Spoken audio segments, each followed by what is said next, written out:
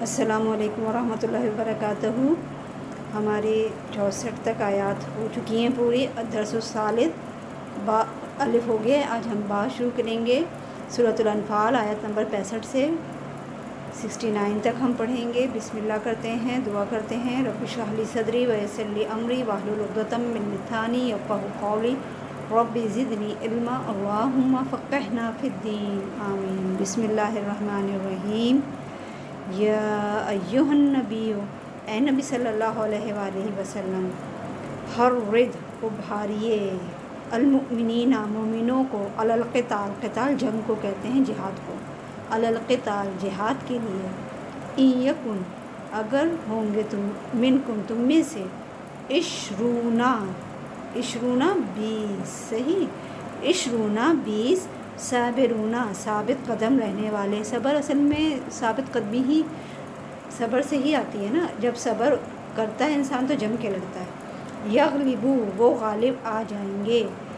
اردو میں بھی صبر بھی اردو میں آپ دیکھتے ہیں ہوتا ہے، اور عشرہ بھی آپ سنتے ہیں نا، جیسے ابھی عشرہ تو عشرہ بھی سنتے ہیں اسی سے، عشرون 20 صابرون صبر کرنے والے، یا قدم جم کے لڑنے والے، ثابت قدم ہونے والے۔ یغلبو غالب آ جائیں گے، میں اتینی 200 پر، یعنی کہ اگر 20 ہوں گے تو وہ 200 پر غالب آ جائیں گے، تو یہ 1:10 کی ریشو بن رہی ہے صحیح۔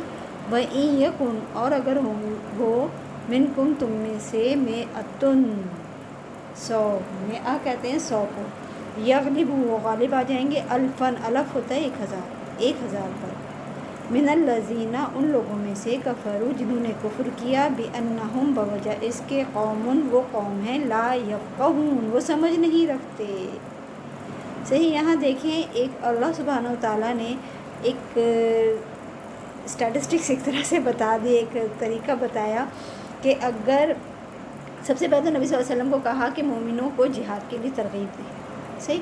مکے میں جب تک مسلمان تھے وہ چاہتے تھے کہ ہمیں جنگ کی اجازت دی جائے، جہاد کی اجازت دی جائے، لڑنے کو کہا جائے، کیونکہ وہاں بہت دب کے رہ رہے تھے۔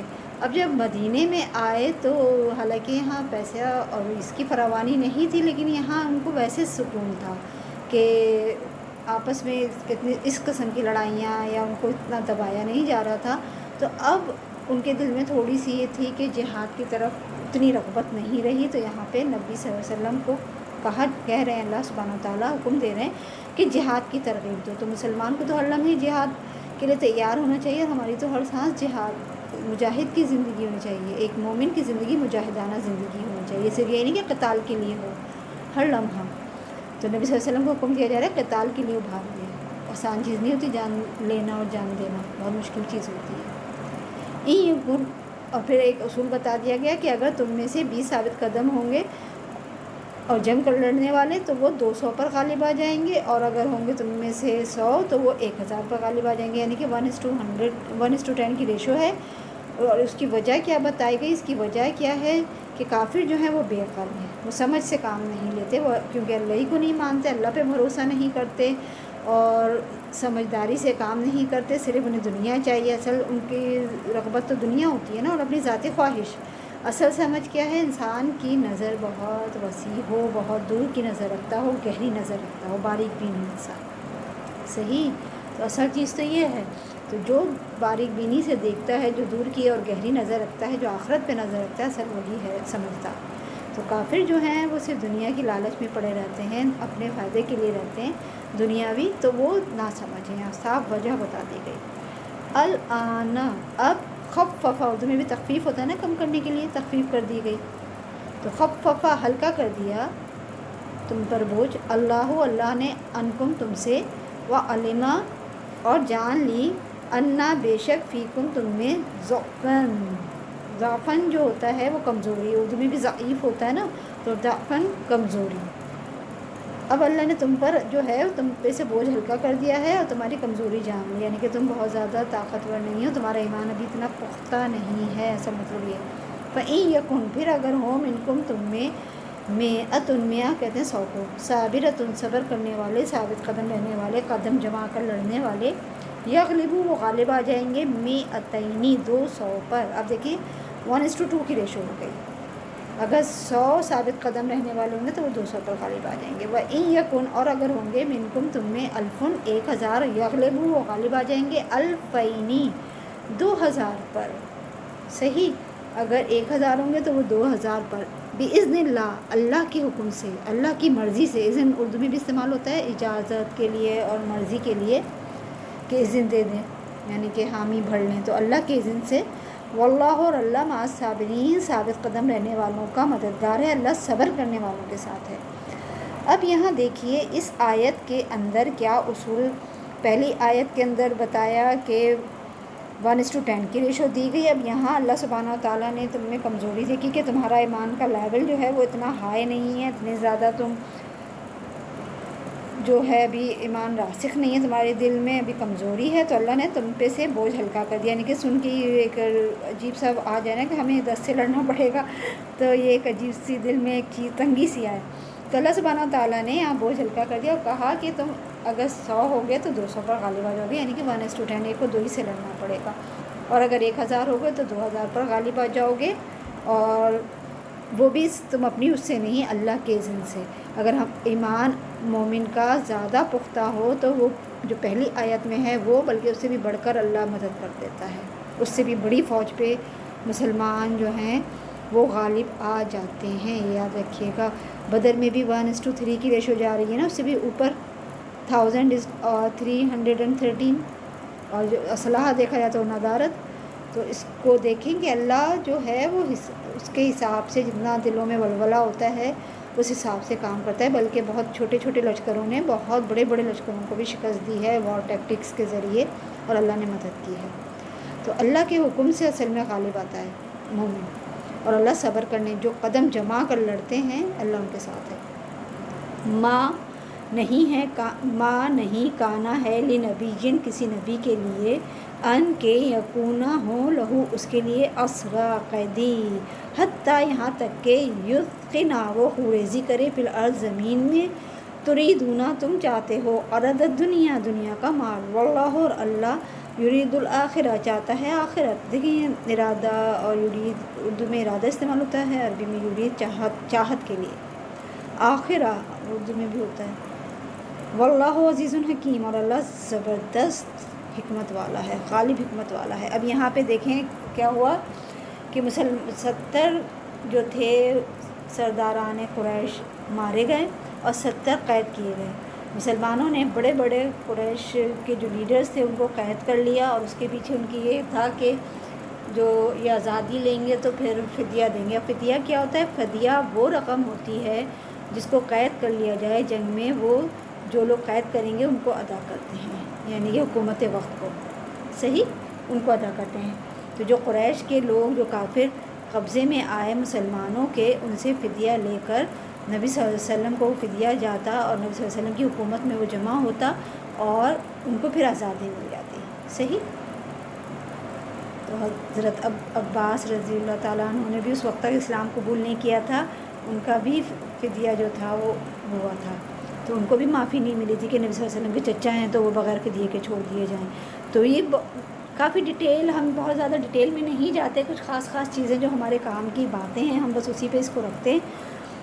ہوا کیا کہ اس وقت جب قیدی آئے تو 2 رائے ہو گئیں. کچھ لوگ چاہ رہے تھے ان قیدیوں کو مار ڈالا جائے، ان کو قتل کر دیا جائے تاکہ ساکھ ختم ہو جائے کافروں کی، صحیح سے ختم ہو جائے، روح ختم ہو جائے.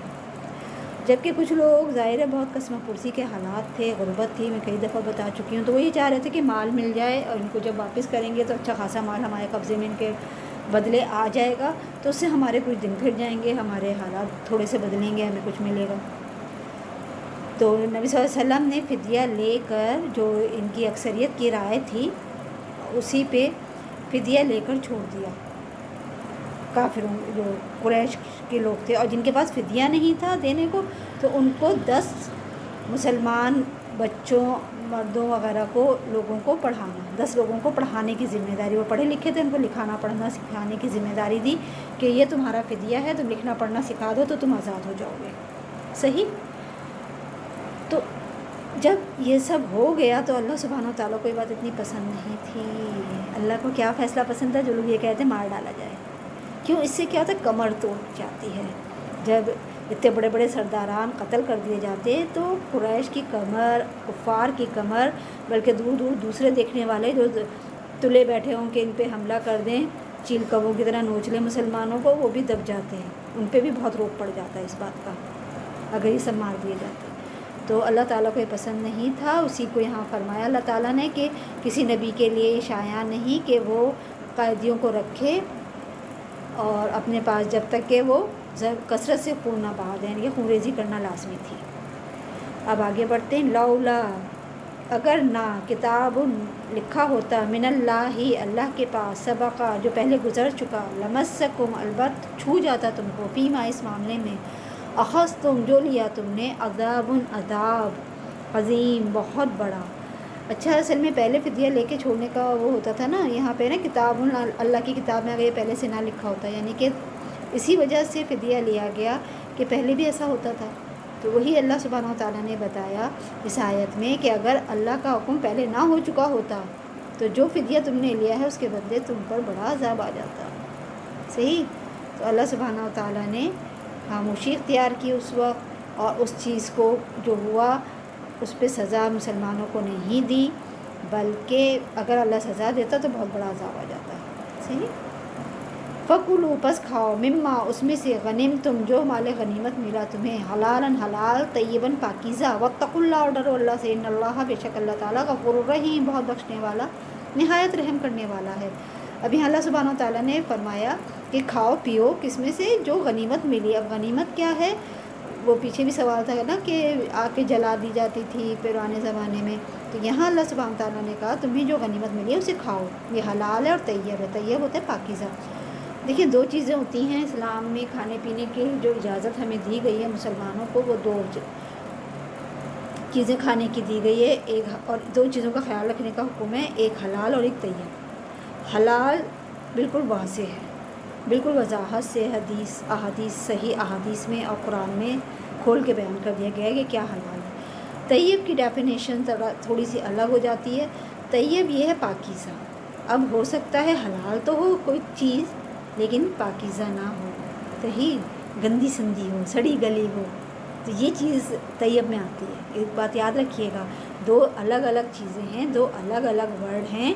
تو حلال ہو سکتا ہے چیز حلال ہو لیکن پاکیزہ نہ ہو، جیسے مکھیاں وغیرہ غلاظت ہو کوئی، یا سڑ رہا ہو، یا گل سڑ رہا ہو، گندا ہو، تو وہ طیب نہیں ہوتا، وہ پاکیزہ نہیں ہوتا۔ صحیح ہو سکتا ہے کوئی چیز بہت صاف ستھری بہت زبردست ہو لیکن وہ حلال نہ ہو، بھی ہو سکتا ہے۔